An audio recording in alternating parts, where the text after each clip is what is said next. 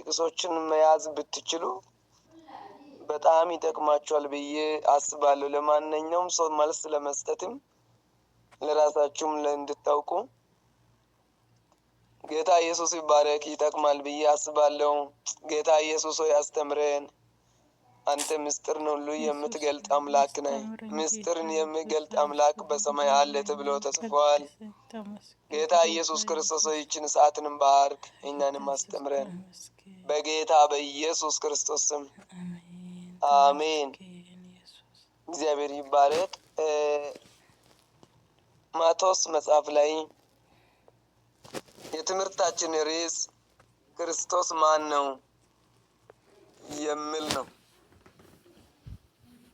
ክርስቶስ ማን ነው? ኢየሱስ ይባረክ እና በዚህ ርዕስ እንማራለን። ጌታ ኢየሱስ ይባረክ። በጣም በእውነት እኔ ከምንም አይነት ትምህርቶች ከምንም አይነት ነገር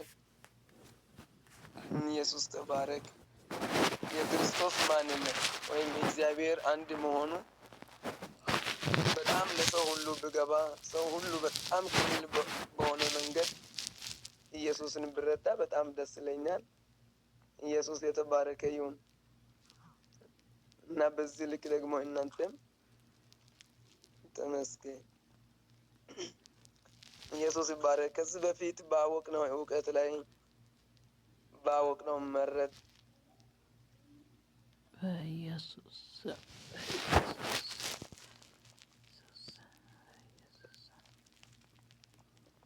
በጣም ይቅርታ። እሺ ኢየሱስ ይባረክ።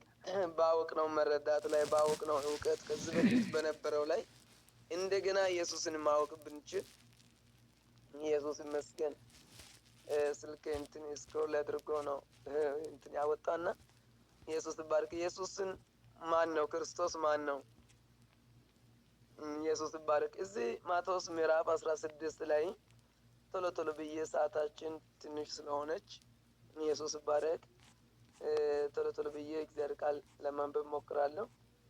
ማቴዎስ ምዕራፍ 16 ላይ ምዕራፍ 16 ከቁጥር 13 ጀምሮ አነባለሁ። ኢየሱስም ወደ ፊልጶስ ቂሳሪያ ወይም ፊልጶስ ቂሳሪያ አገር በደረሰ ጊዜ ደቀ መዛሙርቱን ሰዎች የሰውን ልጅ ማን እንደሆነ ይሉታል ብሎ ጠየቀ። እነርሱም አንዳንዱ መጥምቁ ዮሐንስ፣ ሌሎቹም ኤልያስ፣ ሌሎቹም ኤልያስ ወይም ከነቢያት አንዱ ነው ብለው ወይም ይላሉ አሉት። እርሱም እናንተስ ማን እንደሆኑ ትላላችሁ አላቸው። ስምዖን ጴጥሮስም መልሶ አንተ ክርስቶስ የሕያው እግዚአብሔር ልጅ ነህ አለ።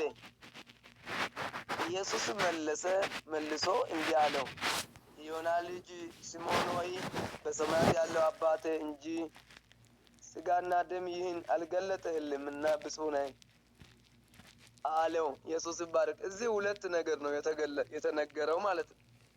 አንደኛ የሰው ልጅ፣ ሁለተኛ የእግዚአብሔር ልጅ እዚህ ተብሏል። ኢየሱስ ይባረክ። እንግዲህ ክርስቶስ የሰው ልጅ አይደለም። ነገር ግን እግዚአብሔር እዚህ ኢሳይያስ ምዕራፍ 53 ላይ የሰውን ኃጢአት በሙሉ እርሱ ተሸክሟል ይላል። ስለዚህ የሰውን ኃጢአት በሙሉ የሚሸከም ሰው ስለጠፋ እግዚአብሔር ኢየሱስ ይባረክ የራሱን ቃሉን ሥጋ አድርጎ የሰው ልጅ የተባለውን ክርስቶስ ወደ ምድር መጣ ማለት ነው። እንግዲህ የክርስቶስ ወይም ወደ ምድር የመጣው ማን ነው የሚለውን በሁለት አንግል እናያለን። ኢየሱስ ይባረክ። አንድ በኩል ኢየሱስ ክርስቶስ አንድ እዚህ አሁን የሰው ልጅ ተብሏል። ኦኬ፣ ይሄን ከተቀበልን በኋላ ሉቃስ ምዕራፍ 2 ላይ እናነባለን። ማን ነው? ኢየሱስ ይባረክ። ሃሌሉያ ኢየሱስ 2 ከቁጥር 11 ላይ ሉቃስ 2 ቁጥር 11 አትፍሩ፣ ዛሬ በዳዊት ከተማ መድኃኒት እርሱም ክርስቶስ መድኃኒት እርሱም ክርስቶስ ጌታ የሆነ ተወልዶላቸዋል። አሁን የተወለደው አንደኛ የሰው ልጅ ነው፣ ሁለተኛ ደግሞ ጌታ ነው። በዚህ ሁለት አንግል ነው የሚያየው፣ ጌታና የሰው ልጅ። ሰዎቹ በጣም የተቸገረ ነው። አሁን የሰው ልጅ በዚህ ምድር ላይ በጣም የተቸገረ ነገር ቢኖር ጌታ መሆኑንም ሰው መሆኑንም ባለመረዳት። የተወለደው አንደኛ የሰው ልጅ ነው፣ ሁለተኛ ደግሞ ጌታ ነው። ወደ ጌትነቱ ጋር ስንሄድ ጌታ ስንት ነው? አንድ ነው። አሁን ይሄ የተወለደው ማን ነው? ጌታ ነው። ያ አንዱ ጌታ ነው። አንዱ ጌታ ነው የተወለደው።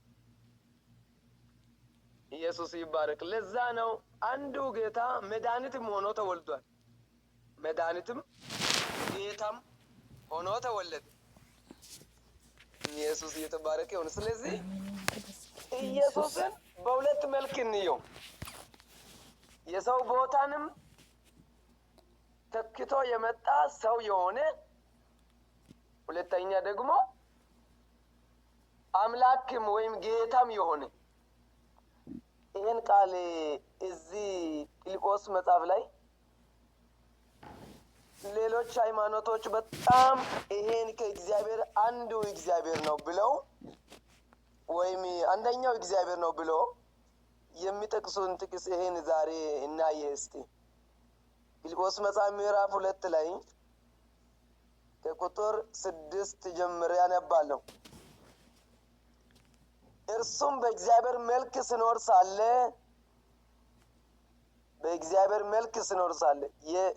የእግዚአብሔር መልክ ይዞ ነው የመጣው። ዘኢሜጅ ኦፍ ጋድ።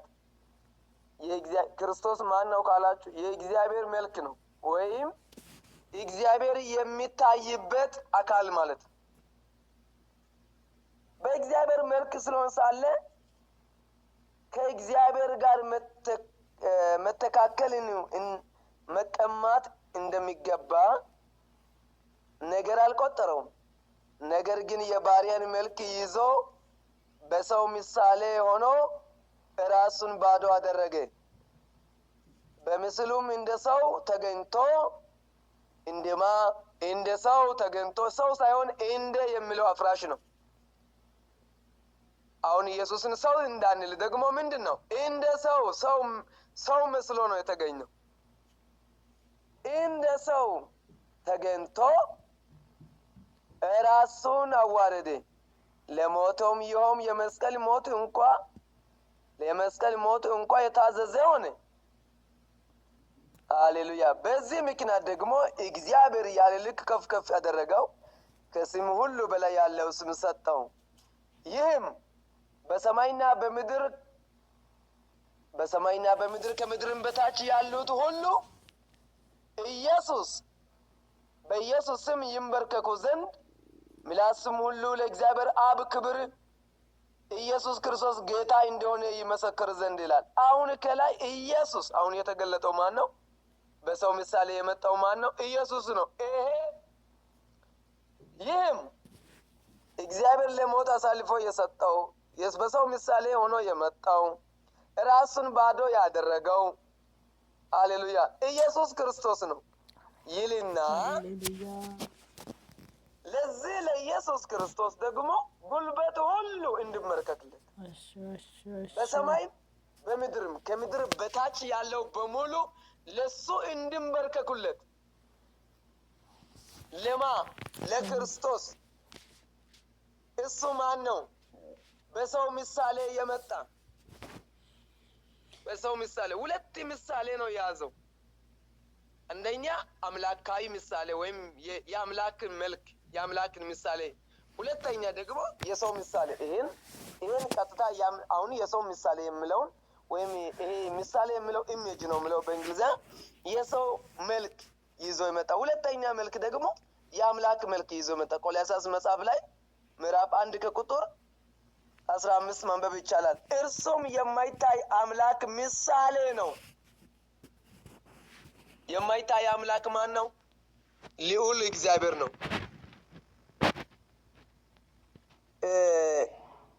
የማይታይ አምላክ ምሳሌ ነው። ይሄን በእንግሊዘኛ ቃል ስታነቡ ምንድነው የሚለው? the image of the invisible God ይላል። የማይታይ አምላክ ምስል ነው ወይም መልክ ነው ማለት ይላል። the image of the invisible God የማይታይ አምላክ መልክ ነው ይላል። እዛ ፊልጶስ ላይ ደግሞ ምንድነው አለ? የሰው ምሳሌ ነው አለ። እዚህ ደግሞ የማይታይ አምላክ ምሳሌ። ተመስገን ይባላል። እስቲ አንዴ በእልልታ ምልክትን ስጡ። ኢየሱስ ይባረክ። ይሄ በጣም እየሰማችሁ ሁለት መልክ ነው ይዞ መጣው። አሁን ሰዎቹ በጣም የተበሉበት የት ነው መሰላችሁ? ይሄን ሁለቱንም ስላላወቁ በጣም አዳምጡልኝ። በጣም ምጠቅም ነግራችሁ ነገር ነው። አሁን ሰዎቹ ይሄ ነገር ከገባ እኮ በቃ አለቀ። ምንም ክርክር አያስፈልግም፣ ጭቅጭቅ አያስፈልግም። አሁን መጽሐፍ ቅዱስ ኢየሱስን ደከመ ይላል። ለምን? አምላክ አይደክምም። መጽሐፍ ቅዱስ ኢሳይያስ 40:29 ላይ የማይደክም ይላል። ይሄ ደከመ የሚለው ለምንድን ነው? ያ የሰው ምሳሌ ወይም ሰው ሆኖ ስለመጣ። ተራበ ይላል፣ ሰው ሆኖ ስለመጣ። ሞተ ይላል፣ ሰው ሆኖ ስለመጣ። ጸለየ ይላል፣ ሰው ሆኖ በሰው ቦታ ላይ ሆኖ ወደ እግዚአብሔር ተመስገን። ሌላ ደግሞ ነፍሱን ሰጠ ይላል፣ ሰው ቦታ ላይ ሆኖ። አሁን መጽሐፍ ቅዱስ እዛ ስለ 53 ላይ ኢሳይያስ ላይ ስለ ብዙዎች ኃጢአት ነፍሱን ሰጠ ይላል። ኢየሱስ ይባረክ። ስለዚህ የተገለጠው እግዚአብሔር በስጋ ሲገለጥ ሁለት መልክ ይዞ ነው የተገለጠው። አንደኛ አምላክ የአምላክ ምሳሌ ወይም አምላክ ሆኖ፣ ሁለተኛ ደግሞ ሰውም ሆኖ የአምላክ ቦታንም ይሰራል፣ የሰው ቦታንም ተክቶ ይሰራል። በጣም አዳምጡ። አምላክ ቦታ ሲፈለግ ማን ነው የሚገባው? እራሱ። ሰው ቦታ ላይ ደግሞ ሲፈለግ ማን ነው የተተካው? እራሱ። ይሄን ከእግዚአብሔር ቃል እናያለን። አሁን ይሄ ሰው የተባለው ይሄን ሉቃስ መጽሐፍ ምዕራፍ 5:21 ላይ የሚለውን እናያለን። ሉቃስ ምዕራፍ 5 ከቁጥር 21። ሉቃስ ምዕራፍ 5 ከቁጥር 21።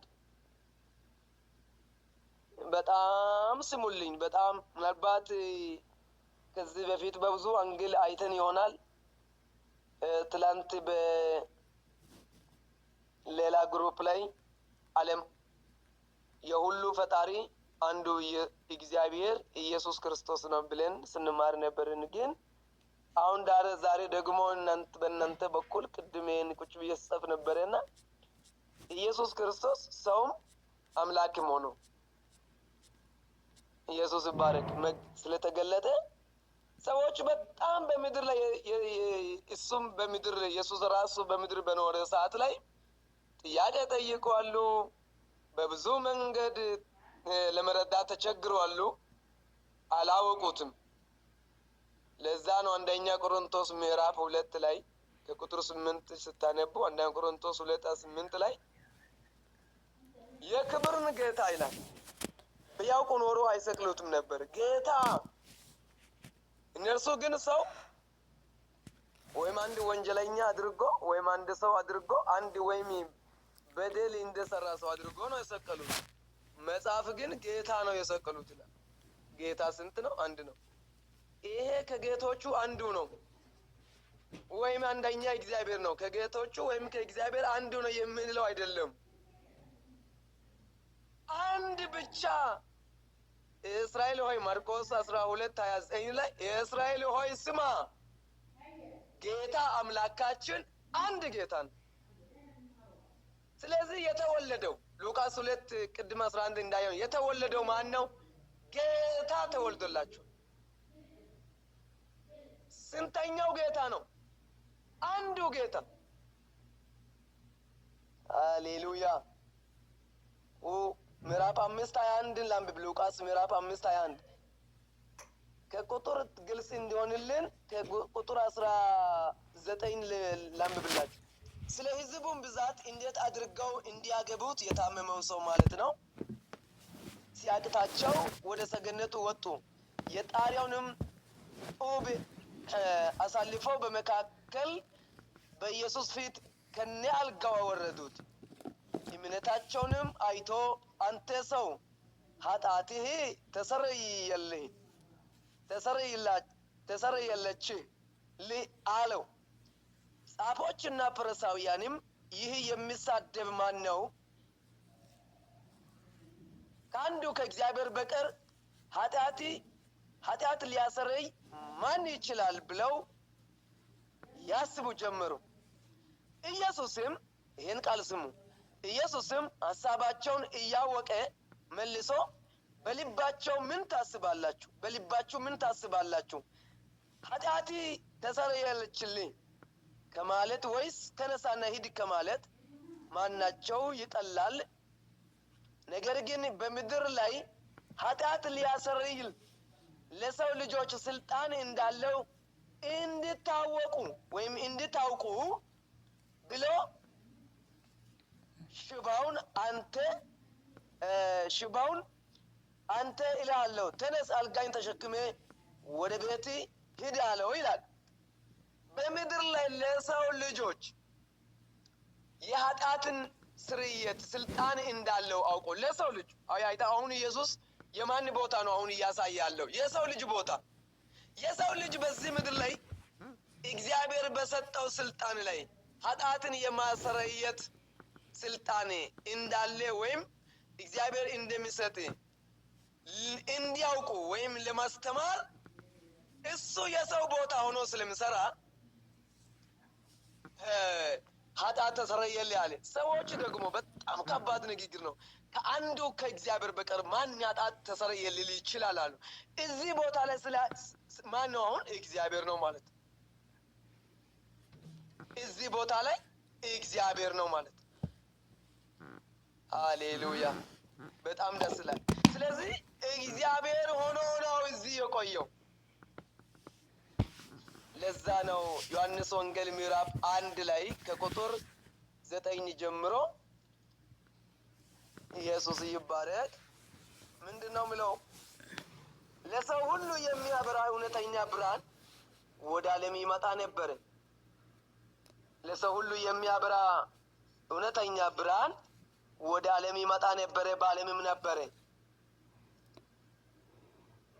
ወደ ዓለም ይመጣ ነበር፣ በዓለምም ነበር። በዓለም የነበረው ነው ወደ ዓለም የመጣው። ኢየሱስ ይባረክ።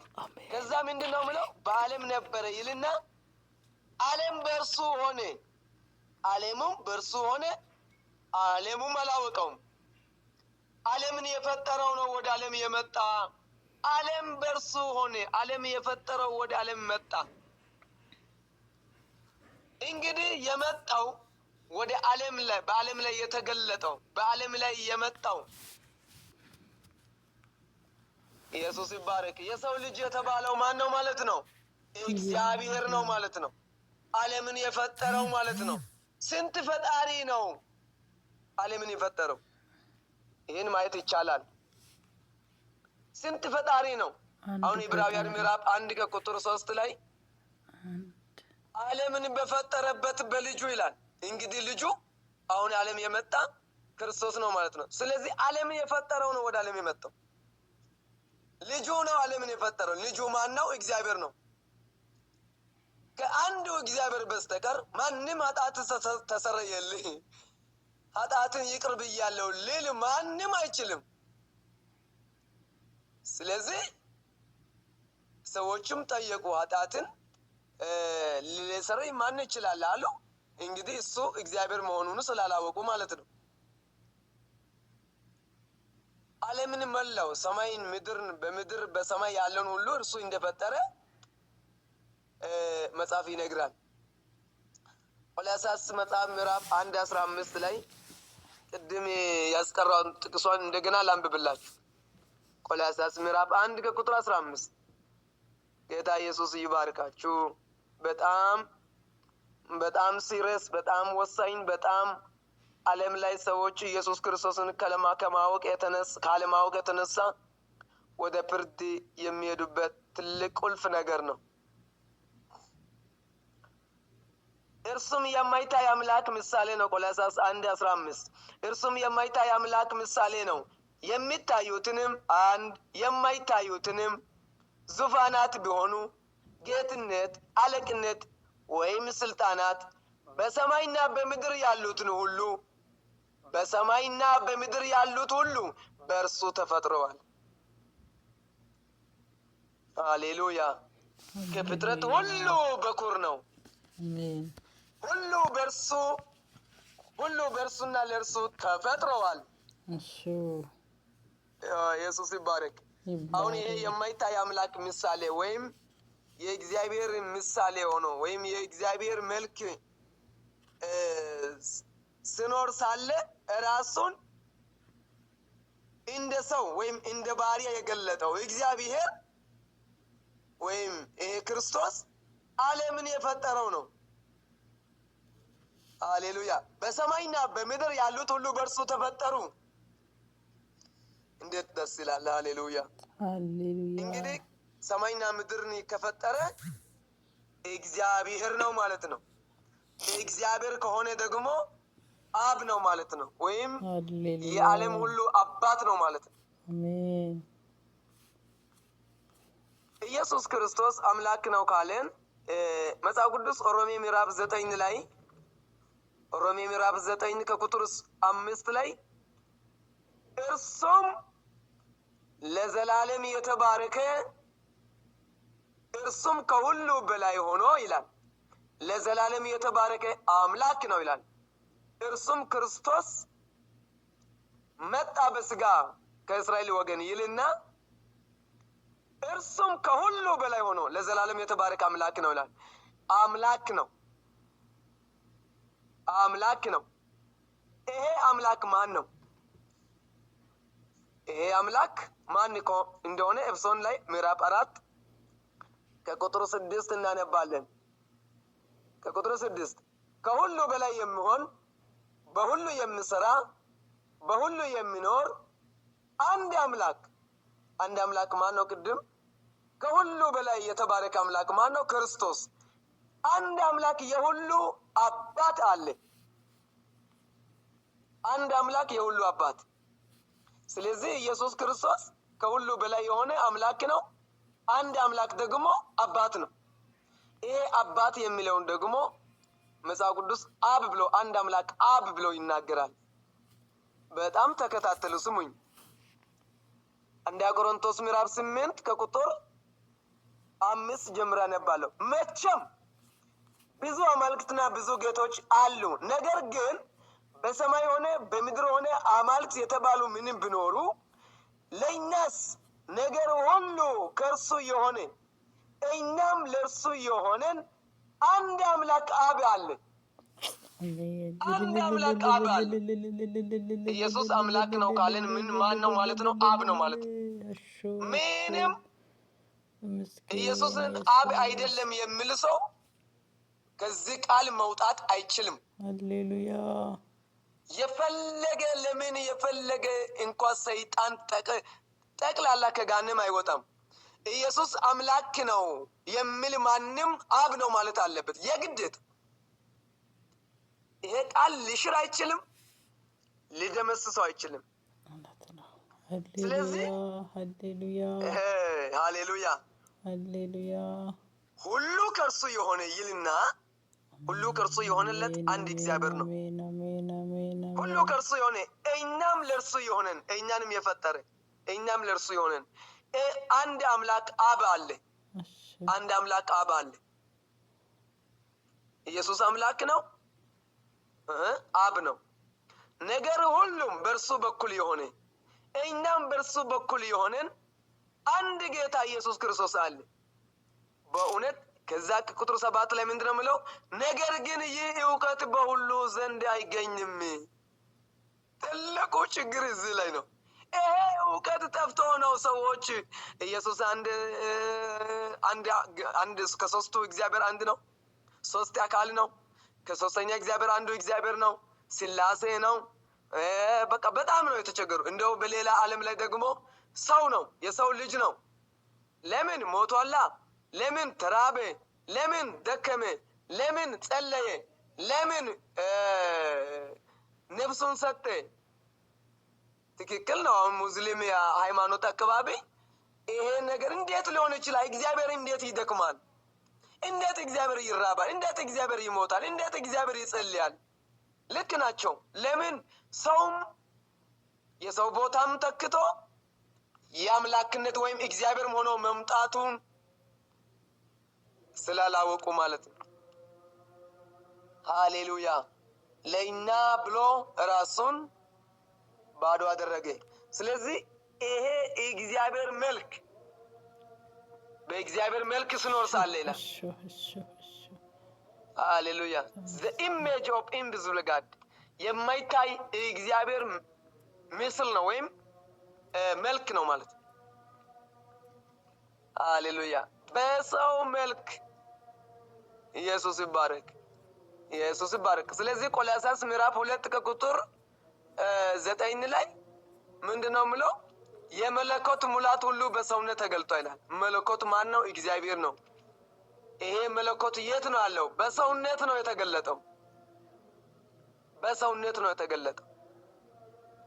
ሃሌሉያ። በእርሱ የመለኮት ሙላት ሁሉ በሰውነት ተገልጧል። ከቁጥር ምዕራፍ 1 ከቁጥር 19 ላንብብላችሁ። እግዚአብሔር ሙላቱ ሁሉ በእርሱ እንዲኖር። የእግዚአብሔር ሙላት የት ነው ያለው? በክርስቶስ። ቆላስይስ ምዕራፍ 1 ከቁጥር 19 እግዚአብሔር ሙላቱ ሁሉ በእርሱ እንዲኖር። ሌላ ቦታ እግዚአብሔር ሙላትን የእግዚአብሔር ሙሉ ማንነትን የምናገኘው በክርስቶስ እንጂ ሌላ ቦታ የለም። ለዛ ነው አብ ወዴት ነው? አብ የት ነው? አንተ አብ አብ የምትለው አሳይስል አብ በኔ እንዳለ ይመኗል። በኔ የሚኖረው አብ ስራውን ይሰራል። አብ በኔ እንዳለ my father in me አብ በኔ ውስጥ ነው። አባት እኔ አባት ብለው የሚጠራው በኔ ውስጥ ነው። ኢየሱስ ይባረክ። ምን ማለት ነው ይሄ አባት ማለት? ኢየሱስ አባት ያለው ምንድነው? ለምንድነው እንደዛ አይነት ንግግር የተናገረው ካላችሁ ምንጭ ነው ማለት በመጀመሪያ ቃል ነበረ ይልና ቃልም በእግዚአብሔር ዘንድ ነበር። ይሄ አሁን ቃሉ ስጋ ሆኖ አይደለም መጣው። ስለዚህ የቃሉ ባለቤት ማን ነው ማለት ነው? እግዚአብሔር ነው ማለት ነው። ተመልሶ ማን ነው? ራሱ እግዚአብሔር ነው። ቃልም እግዚአብሔር ነበር አይደል? the word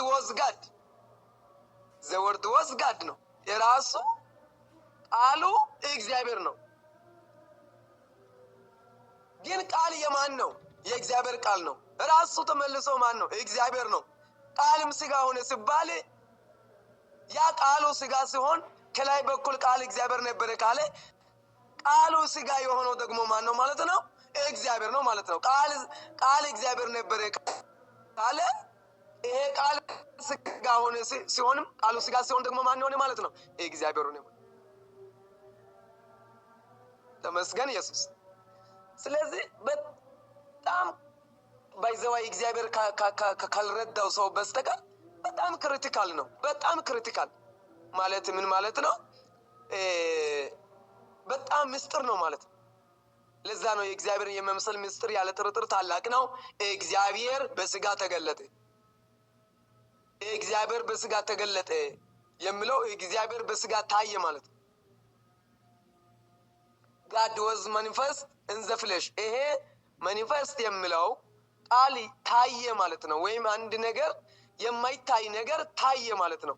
ስለዚህ የማይታይ እግዚአብሔር በስጋ ታየ ማለት ነው። God was manifest in the flesh። እግዚአብሔር በስጋ ውስጥ ተገለጠ። ሃሌሉያ። እግዚአብሔር ይባረክ። ምናልባት እዚህ መካከል እድለኛ ሆኖ አዲስ ሰው ምናልባት አዲስ ከእንዚህ ቤተክርስቲያን ውጭ አዲስ ሰው ከተገኘ በጣም መልካም ነው። ኢየሱስ እንደዚህ አይነት አምላክ ነው። በጣም ኢየሱስ ይባረክ። ስለዚህ ማቴዎስ መጽሐፍ ምዕራፍ 11 ላይ አንድ ቃል ላንብብላችሁ። እግዚአብሔር ይመስገን በጣም የሚጠቅማችሁ ነገር ስለሆነ እንስማ። ትንሽ ደቂቃዎችንም ታግሱልኝ። እግዚአብሔር ይባረክ። ኢየሱስ ይመስገን። ማቴዎስ 11 ከቁጥር 27 ላይ አነባለሁ። አዎ አባት ሆይ ፍቃድ በፊት እንዲሆኗልና ሁሉ ከአባተ ዘንድ ተሰጥቶልኛል። ከአብ በቀር ወልድን የሚያውቅ የለም። ተመስገን ኢየሱስ። ከአብ በቀር ወልድን የሚያውቅ የለም። ሃሌሉያ። ከወልድም በቀር ወልድ ሊገለጥለት ከሚፈቅድ በቀር አብን የሚያውቅ የለም።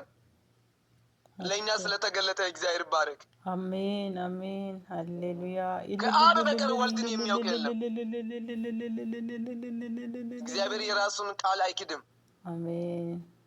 እግዚአብሔር የራሱን ክንድ የእግዚአብሔር ክንድ ኢሳይያስ 59 ላይም ከቁጥር 16 ኢሳይያስ 53 ቁጥር 1 ላይም የእግዚአብሔር ክንድ ይላል። ክንዱ ነው የተገለጠው። መጽሐፍ ቅዱስ ቃል ሥጋ ሆነ ይላል። የእግዚአብሔር ክንድ ይላል። የእግዚአብሔር መንፈስ በማይራም መንፈስ ላይ ማይፀን ላይ ይቅርታ፣ በማይራም ማይፀን ውስጥ የገባው የእግዚአብሔር መንፈስ ቅዱስ ባንቺ ላይ ይመጣል። ከዛ አማኑኤል ሆኖ ይወለዳል። አማኑኤል ማለት ምን ማለት? እግዚአብሔር ከኛ ጋር። አሜን። ይሄ የተወለደው ማን ነው ማለት ነው? እግዚአብሔር ነው ማለት ነው። አማኑኤል ከሆነ እግዚአብሔር ነው ማለት ነው። እግዚአብሔር አማኑኤል ትርጓሜ እግዚአብሔር ከኛ ጋር የሚል ነው። ስለዚህ ከወልድ በቀር ወልድ ሊገለጥለት ከሚፈቅድ በቀር አብ የሚያውቀን የለም። ስለዚህ ወልድ ተገለጠ ማለት ለአንድ ሰው በጣም ስሙ። ወልድ ተገለጠ ማለት ማን ተገለጠ? አብ ተገለጠ ወይም አብን አወቀ ማለት። አሜን።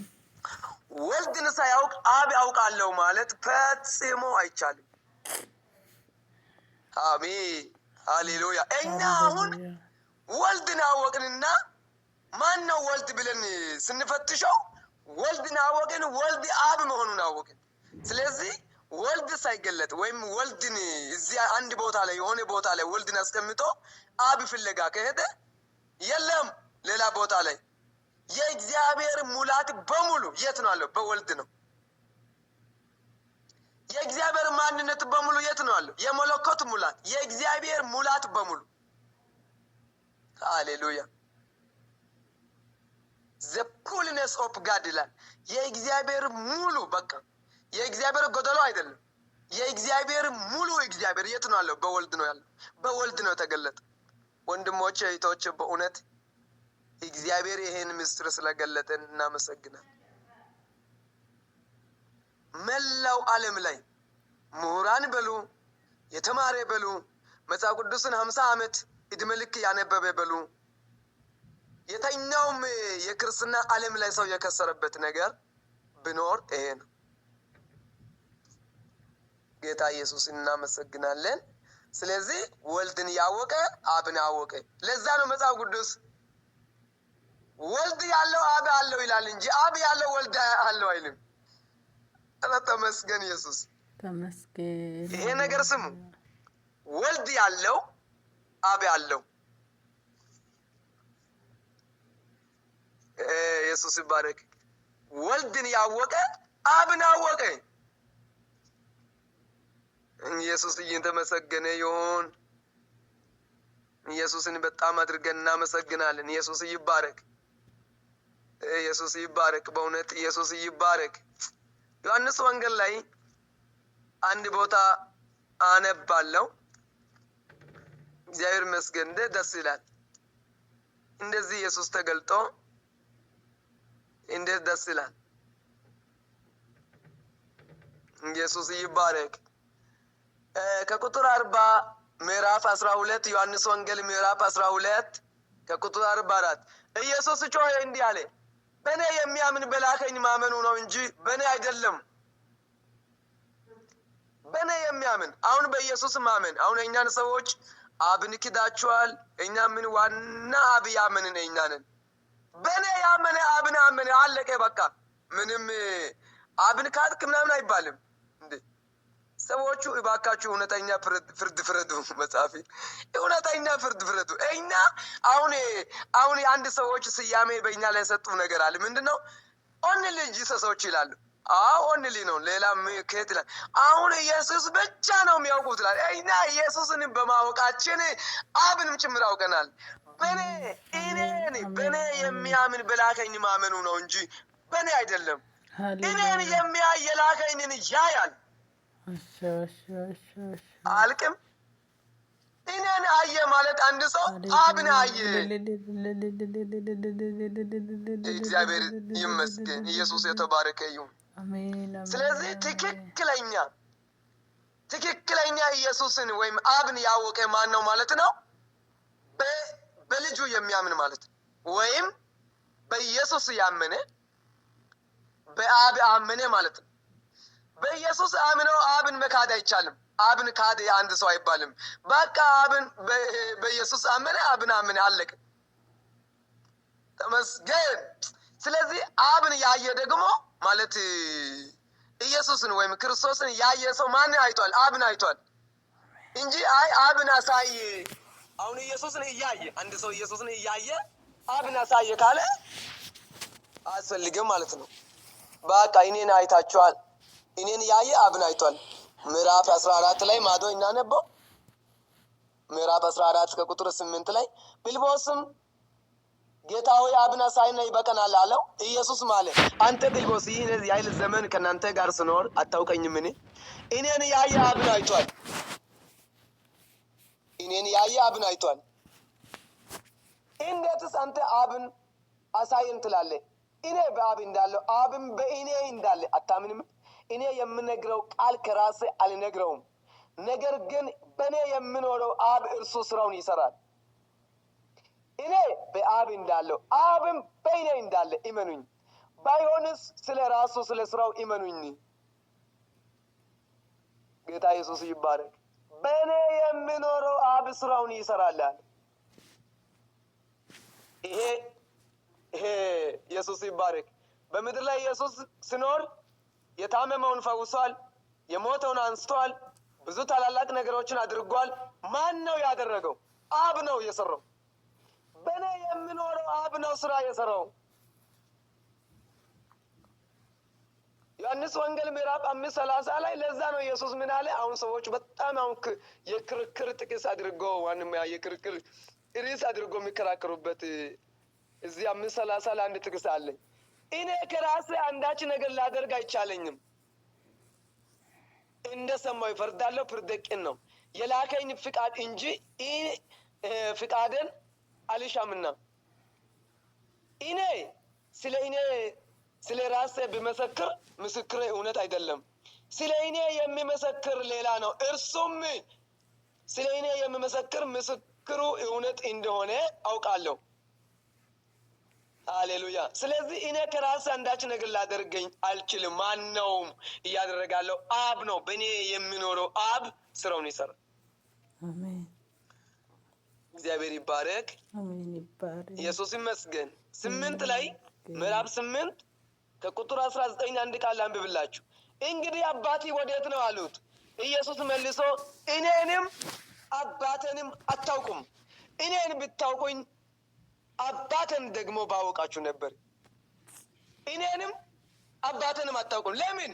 እኔን ብታውቁ አባቴን ባወቃችሁ ነበር። አሁን እኔን ስለማታውቁ አባቴንም አታውቁም። ስለዚህ ወንድሞች እህቶች፣ እኛ ኢየሱስን አወቅን ማለት ማንን አወቅን? አብን አወቅን ማለት። አብ ማን ነው? ኢየሱስ ወይም ኢየሱስ ማን ነው ካላችሁ ኢሳይያስ ምዕራፍ 9 ከቁጥር 6 ጀምሮ ሕፃን ተወልዶልና ወንድ ልጅ ተሰጥቶን አለቅነቱ በጫንቃው ነው። ስሙ ድንቅ መካር፣ ኃያል አምላክ ይሄ አልማይቲ ጋድ ነው። አሁን ይሄ ሕፃንም ነው፣ ወንድ ልጅም ነው፣ የሰው ልጅም ነው፣ ደግሞ ኃያል አምላክ ነው። ከዛስ የዘላለም አባት ነው፣ የሰላም አለቃ ነው። ኢየሱስ ይባረክ። ኢየሱስን እናመሰግናለን። ተመስገን ጌታ ኢየሱስ። እየጨረስኩ እሄዳለሁ። በጣም ሰዓትን ወስጄ የምናገረው በጣም ጠቃሚ ነገር ስለሆነ ክብር ለኢየሱስ ይሁን። ስለዚህ አንድ እግዚአብሔር አለና አንደኛ ጢሞቴዎስ ምዕራፍ 2:5 ላይ አንድ እግዚአብሔር አለ፣ በእግዚአብሔርና በሰው መካከል ቢትዊን መካከለኛው ሰው አለ፣ አንድ ሰው አለ፣ እርሱም ሰው የሆነ ክርስቶስ ኢየሱስ ነው ይላል። ሃሌሉያ። ሰው የሆነ እኛ ቅድም ኢየሱስን አምላክ ነው ብለናል፣ እግዚአብሔር ነው ብለናል፣ የሁሉ ፈጣሪ ሰማይን ምድርን የፈጠረው ብለን፣ እዚህ ደግሞ በእግዚአብሔርና በሰው መካከል ሆኖ መካከለኛ ሆኖ አስታራቂ ሆኖ ወይም እግዚአብሔር ከሰው ጋር የሚታረቅበት የመታረቂያ መንገድ ሆኖ ሁለተኛ ቆሮንቶስ ምዕራፍ 5:19 ላይ እግዚአብሔር በክርስቶስ ሆኖ ከሰው ጋር ይታረቅ ነበር ይላል። በክርስቶስ ሆኖ ሃሌሉያ። ስለዚህ እግዚአብሔርና ሰው የሚታረቅበት መካከለኛ ከዛ ምንድነው በክርስቶስ ሆኖ ከእግዚአብሔር ጋር ይታረቅ ነበር ይልና በደላቸውንም አይቆጥርባቸውም ነበር። የት ሆኖ? በክርስቶስ ሆኖ። ስለዚህ እግዚአብሔር የሚበላ እሳት ነው። እግዚአብሔር ማንም ሊያይ አይችልም። ዮሐንስ ወንጌል ላይ ዮሐንስ ምዕራፍ 1 ከቁጥር 18 ላይ እግዚአብሔርን ያየ አንድስ እንኳ የለም ይላል። ዮሐንስ ምዕራፍ 6 ከቁጥር 46 ላይ አብን ያየ ማንም የለም ከእግዚአብሔር ከሆነው በቀር እርሱ አብን አይቷል። እውነት እውነት እላችኋለሁ በእኔ የሚያምን የዘላለም ሕይወት አለው። አሜን። የሕይወት እንጀራ እኔ ነኝ ያለ። ስለዚህ አብን ያየ እግዚአብሔርን ያየ አንድስ እንኳ የለም። እኔን ያየ አብን አይቷል ነው። የት ላይ ነው እግዚአብሔርን ሰው ማየት የምችለው? በክርስቶስ ሆኖ አብ ታይቷል። እኔን ያየ አብን አይቷል። ለዛ ነው ዮሐንስ ወንጌል ምዕራፍ 14 ላይ ቅድም ካነበብነው ወደ ላይ በኩል ምንድነው ምለው? ኢየሱስም እኔ መንገድና እውነት ሕይወትም ነኝ፣ በእኔ በቀር ወደ አብ የሚመጣ የለም። ወደ አብ የሚሄድ ሳይሆን ወደ አብ የሚመጣ አሁን ወደ ኢየሱስ መምጣት ነው እንጂ እዛ ሂዱ አብ እዛ ነው አይደለም። ወደ አብ የሚመጣ የለም ነው። በእኔ ሆኖ አብ ጋር ሰው ይመጣል። በእኔ ሆኖ እግዚአብሔርን ሰው ያያል። በእኔ ሆኖ ምሕረትን ያገኛል። በእኔ ሆኖ እግዚአብሔር ኃጢአቱን አይቆጥርም። በእኔ ሆኖ እግዚአብሔር ሃሌሉያ የሰውን ኃጢአት ሁሉ በእኔ ላይ አደረገ። የዓለምን ኃጢአት ሁሉ የሚያስወግድ የእግዚአብሔር በግ ዮሐንስ 1 ከቁጥር 29 ላይ የዓለምን ኃጢአት ሁሉ የሚያስወግድ የእግዚአብሔር በግ በሱ ሆኖ ሰው መዳን ይችላል። በሱ ሆኖ እግዚአብሔርን ያገኛል። በሱ ሆኖ አብን ያያል። በሱ ሆኖ የዘላለምን ሕይወት ያገኛል። በሱ ሆኖ ይቅርታን ያገኛል። በቃ እሱ ሕይወት ነው። እሱ መንገድ ነው። እሱ እውነት ነው። በእኔ በቀር ወደ አብ የሚመጣ የለም። እኔንስ ብታውቁኝ አባቴን ባወቃችሁ ነበር። ከአሁን ጀምራችሁ ታውቃላችሁ፣ አይታችሁትማል። ሃሌሉያ አይታችሁትማል። አብን አውቃችሁ ወይም ታውቁታላችሁ፣ አይታችሁትማል። ተመስገን። ከዛ ተነስቶ ነው ፊልጶስ የጠየቀው። አይታችኋል? አብ አይታችኋል ስል የት ነው አሳየን? አላየንም አለ። አይ እኔን ያየ አብን አይቷል። ተመስገን ኢየሱስ በጣም ይመስገን። ኢየሱስ ይባረክ። በጣም በጥራት ይሰማችኋል ብዬ ተስፋ አደርጋለሁ ወንድም ብሬ። እግዚአብሔር ይመስገን። ኢየሱስ ይባረክ። ኦኬ። ስለዚህ ለእናንተም አሁን በጣም በየሚዲያ በየቦታ እየተከራከራችሁ ስለሆነ በጣም ግልጽ እንደሆንላችሁ ይሄን ነገር መስማት በጣም ይጠቅማችኋል። ለዛ ኢሳይያስ መጽሐፍ 43:10 ላይ ታውቁና ታምኑብኝ ዘንድ እኔም እንዲሆኑ ታስተውሉ ዘንድ እናንተ የመረጡት ባሪያዎች ምስክሮች ናቸው። ከኔ በፊት አምላክ የለም፣ ከኔ በኋላ አይሆንም። እኔ እግዚአብሔር ነኝና ከኔም የሚያድን ሌላ የለም። ሃሌሉያ። አሁን መላው ዓለም ኢየሱስ ያድናል ይላል። ኢየሱስ የሚያድን ከሆነ ከኔ በቀር ሌላ የሚያድን የለም ያለው ኢሳይያስ 43 ቁጥር 10 ያለው እግዚአብሔር ነው። ሁለት አዳኝ የለም። መዳን በሌላ በማንም የለም። እንድንበት ዘንድ ለሰዎች የተሰጠ ስም ከሰማይ በታች ሌላ የለም። ኢየሱስ ይባረክ። ስለዚህ ሰውን ሁሉ ዓለምን ሁሉ የሚያድን አንድ እግዚአብሔር ነው በስጋ የተገለጠ። እግዚአብሔር እናመሰግናለን። ኢየሱስ ይባረክ። እግዚአብሔር ይመስገን። እግዚአብሔር ይመስገን። ኢየሱስ ይባረክ እና ጌታ ኢየሱስን በጣም እናመሰግናለን። ስለዚህ አማላጅ ነው። ስለዚህ የምደክም ነው። ስለዚህ የምራብ ነው። ስለዚህ የሚሞት ነው። ሰው ስለሆነ የምጸልይ ነው። ነፍሱን መስጠት የሚችል ነው። የሚሞት ነው። ሰው ስለሆነ የሰው ቦታ ተክቶ የመጣ ስለሆነ አንድ እግዚአብሔር አለና በሰውና በእግዚአብሔር አንድ አለ፣ እርሱም ሰው የሆነ መጽሐፍ ቅዱስ ሰው የሆነ ካለ እኛ ሰው ማለት አለብን። ሰው በሚለው ብቻ ደግሞ አላበቃም። ጌታ ነው ይላል፣ ኃያል አምላክ ነው ይላል፣ የዘላለም አባት ነው ይላል፣ እግዚአብሔር ነው ይላል፣ ሁሉን የፈጠረ ነው ይላል። ሃሌሉያ! ክብር ለኢየሱስ ክርስቶስ ብቻ ይሁን። ስለዚህ መጽሐፍ ቅዱስ ዕብራውያን ምዕራፍ 7:25 ላይ ስለኛ እየማለደ ወይም ወደ እርሱ የሚመጡትን ያድን ዘንድ ሊማልድ በሕይወት ይኖራል ይላል። አዎ ለዘላለም በሕይወት የመኖሩ ትርጉም ዋናው ወደ እርሱ የሚመጡትን ሊያድን እየማለደ ይላል። ሮሜ ምዕራፍ 8:34 ላይ ስለኛ የሚማልደው ክርስቶስ ኢየሱስ ነው ይላል። መካከለኛ ሆኖ እየማለደ እየጸለየ ኃጢአታቸውን አትቁጠር እያለ በሙሉ የሰውን ኃጢአት፣ የሰውን ድካም፣ የሰውን በደል በሙሉ ተሸክሙ። ኢሳይያስ 59 ላይ የመላለሽ የምናገረው ቃል እዛ ብዙ ነገር ተጠቀሰው። የዓለምን ኃጢአት በሙሉ የሰውን ኃጢአት በሙሉ ተሸከመ ይላል። እግዚአብሔር ደግሞ በደዌ ይደቀቀው ዘንድ ፈቀደ ይላል። አሳልፎ ለሞት ሰጠው ይላል። ተጨነቀ፣ ተሰቃየ፣ መከራን ሁሉ የሰው ልጅ መቀበል ያለበትን ነገር በሙሉ ተቀበለ። ሰውን ነፃ ወጣ፣ እኛን ነፃ ወጣ፣ እኛ ሰላም አገኘን። ኢየሱስ ግን ስለ እኛ ሁሉ ነገር ጨረሰ።